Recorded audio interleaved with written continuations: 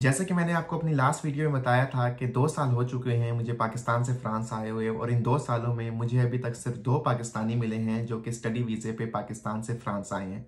तो उनसे बात करने के बाद मुझे मालूम हुआ कि सबसे बड़ी वजह जो पाकिस्तानियों को फेस करनी पड़ रही है वो ये है कि फ़र्स्ट ऑफ ऑल पाकिस्तानियों को पता नहीं है कि कौन सी स्कॉलरशिप जो है वो एग्जिस्ट करती हैं फ्रांस में आने के लिए, और दूसरी चीज़ कि उन स्कॉलरशिप में अप्लाई किस तरह करना है।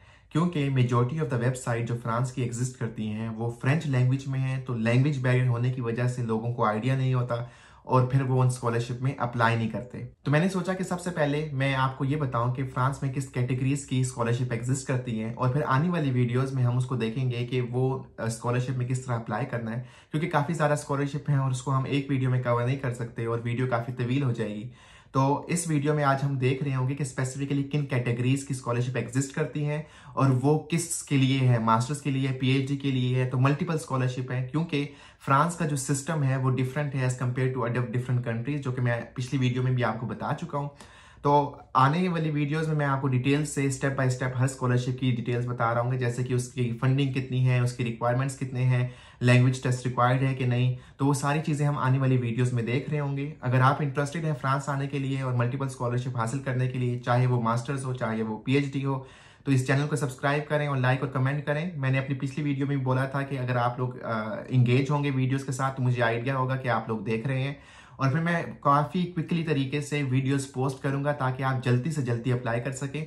सो अपने आप को, अपनी जो है प्रेजेंस को मेरे सामने लेकर आएँ ताकि मैं उसको देखते हुए वीडियोस बनाता रहूं। तो चलें अब बात करते हैं मल्टीपल स्कॉलरशिप की जो कैटेगरीज एग्जिस्ट करती है फ्रांस में, जो काफ़ी यूनिक है, जो कि फ्रांस ही तक लिमिटेड है। तो उसमें one of the biggest categories of scholarship है वो है प्राइवेट सेक्टर। तो ये बात आपको अजीब लग रही होगी कि प्राइवेट सेक्टर किस तरह स्कॉलरशिप देता है।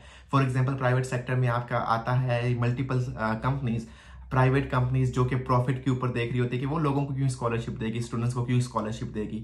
फिर ऑर्गेनाइजेशंस आती हैं जो कि सोशल वर्क करती हैं, जो कि मल्टीपल तरह की ऑर्गेनाइजेशन एग्जिस्ट करती हैं, not only social but profit वाली ऑर्गेनाइजेशंस भी। तो वो क्यों, उनको क्या फ़ायदा होगा मल्टीपल ये स्कॉलरशिप देना लोगों को, और वो स्टूडेंट्स आते हैं, मास्टर्स करते हैं, पीएचडी करते हैं।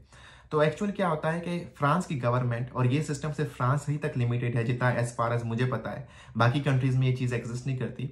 तो फ्रांस की जब गवर्नमेंट है वो मल्टीपल सब्सिडीज देती है ऑन द टैक्सेशन, जब ये प्राइवेट इंस्टीट्यूशन स्कॉलरशिप्स या फिर इंटर्न्स हायर करते हैं फॉर द कंपनीज, और इसकी बेसिस पे वो सब्सिडीज इनको एलोकेट होती हैं और वो इनकी टैक्सेशन में हेल्प करता है। तो ये कंपनीज, जैसे कि मल्टीपल पाकिस्तान में मल्टीपल कंट्रीज में सीएसआर विंग होता है, तो यहाँ पे सीएसआर है या नहीं है ये तो मुझे नहीं पता, लेकिन ये जो स्कॉलरशिप और ये जो इंटर्न्स हायर करने वाला सेक्टर है, तो ये one of the biggest sector है इन प्राइवेट सेक्टर में, जो कि आपका हेल्प कर रहा होता है स्टूडेंट्स की स्कॉलरशिप लेने में, स्कॉलरशिप प्रोवाइड करने में और इंटर्न्स वगैरह हायर करने में। तो ये इनकी एक बहुत बड़ी मोटिवेशन होती है।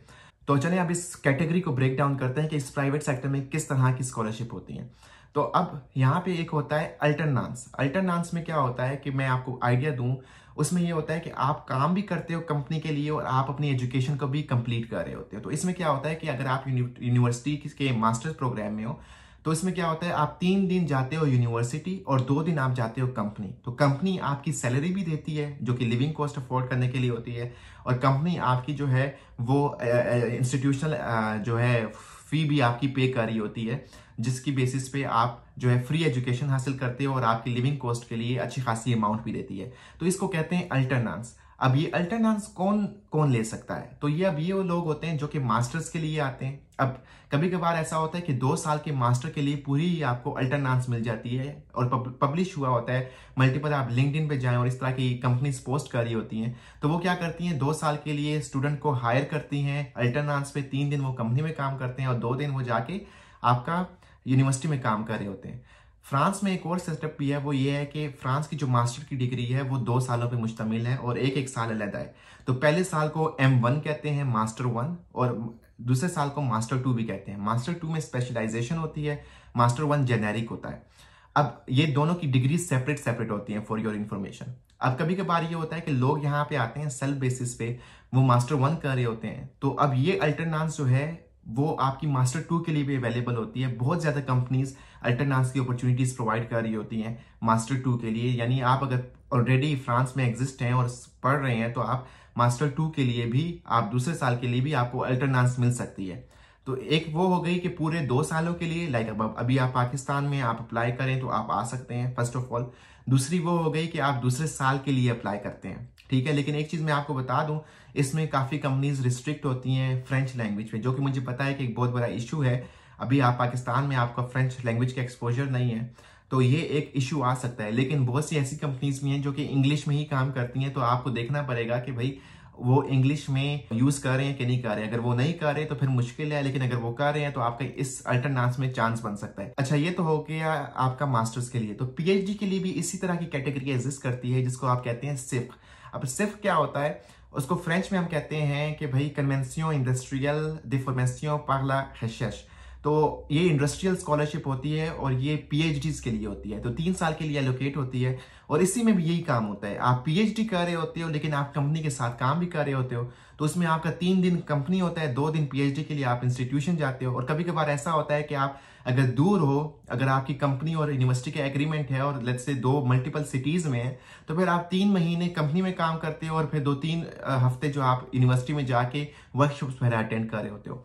तो ये होता है सिर्फ। अब इसी में भी वो लैंग्वेज बैरियर एग्जिस्ट करता है, तो ये आपको माइंड में रखना है कि ये 2 तरीके ऐसे हैं जो कि आप काम भी कर सकते हो कंपनीज के साथ, आपका वर्क एक्सपीरियंस भी होता है और आपको जो है वो पढ़ भी सकते हो, आप अपनी एजुकेशन भी कंप्लीट कर सकते हो। लेकिन मैं आपको ये कहूंगा कि ये रिलेटिवली थोड़ा सा डिफिकल्ट तरीका है, क्योंकि लैंग्वेज का एक बहुत बड़ा इशू है।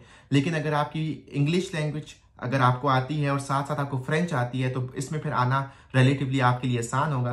तो इसमें अप्लाई कर सकते हैं स्पेसिफिकली अगर आप चाहते हैं कि आप काम भी करें और आप अपनी एजुकेशन को भी कंप्लीट करें। सो ये वन ऑफ द वे है, बट ये आपको माइंड में रखना है कि ये थोड़ा सा डिफिकल्ट वे है, इसमें आने में आपको काफी चैलेंजेस पेश होंगे। तो चलें, पहला तो हो गया जो कि आपका प्राइवेट सेक्टर है, जो कि मल्टीपल आपकी इस तरह की अपॉर्चुनिटीज प्रोवाइड कर रहा होता है, स्कॉलरशिप प्रोवाइड कर रहा होता है in the form of alternances, in the form of save. Multiple आपकी अपॉर्चुनिटीज एग्जिस्ट करती हैं, लेकिन मैंने आपको जैसे बताया वो थोड़ा सा डिफिकल्ट वे है। तो दूसरा तरीका जो आपका एग्जिस्ट करता है वो है इंस्टीट्यूशनल सेक्टर। इंस्टीट्यूशनल सेक्टर में अगर मैं आपके साथ बात करूं तो इसमें आती हैं तमाम वो यूनिवर्सिटीज जो कि मास्टर्स और पीएचडी के प्रोग्राम्स पब्लिश करती है। अब इसमें 2 तरह की यूनिवर्सिटीज हैं, एक प्राइवेट सेक्टर की यूनिवर्सिटीज है और एक पब्लिक सेक्टर की यूनिवर्सिटी है। अगर लेट्स से मैं प्राइवेट सेक्टर की बात करूं तो जैसे पाकिस्तान में प्राइवेट सेक्टर की आपकी बात आ गई, लम्स आ गया, जीकी आ गया, नस्ट आ गया। और पब्लिक सेक्टर की बात करूं जैसे यूईटी वगैरह आ गई।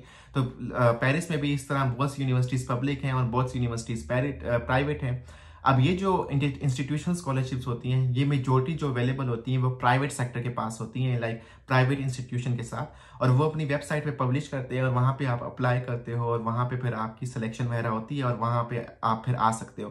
ये भी काफी कॉमन है। फॉर एग्जांपल अगर मैं मिसाल दूं तो ESCP, ठीक है, एक बिजनेस स्कूल है जो कि मल्टीपल स्कॉलरशिप पब्लिश करता है और इसमें पीएचडी के प्रोग्राम्स होते हैं जो कि वो पब्लिश करते हैं और आप उसमें अप्लाई करते हो और आपकी सिलेक्शन होती है एंड देन आप आ सकते हो। तो मैंने आपको एक मिसाल दी, तो आपको ये देखना है कि कौन सी इदारे हैं, कौन सी इंस्टीट्यूशन हैं जो कि अपनी स्कॉलरशिप देते हैं और पब्लिश होती है उनकी वेबसाइट पे, वहां पे अप्लाई करो, स्कॉलरशिप लो और फ्रांस आ जाओ। और इसके बाद पब्लिक सेक्टर की जो बात आती है तो उसमें काफी कम अपॉर्चुनिटीज होती हैं, क्योंकि इनकी जो फंडिंग होती है वो गवर्नमेंट बॉडीज की होती है। लेकिन कुछ ऐसे इदारे हैं जो कि आपकी स्कॉलरशिप प्रोवाइड कर रहे होते हैं, जो कि पब्लिक सेक्टर से ही बिलोंग करते हैं, लेकिन उसके पास एक्सटर्नल फंडिंग होती है और वो फिर प्रोवाइड कर रहे होते हैं।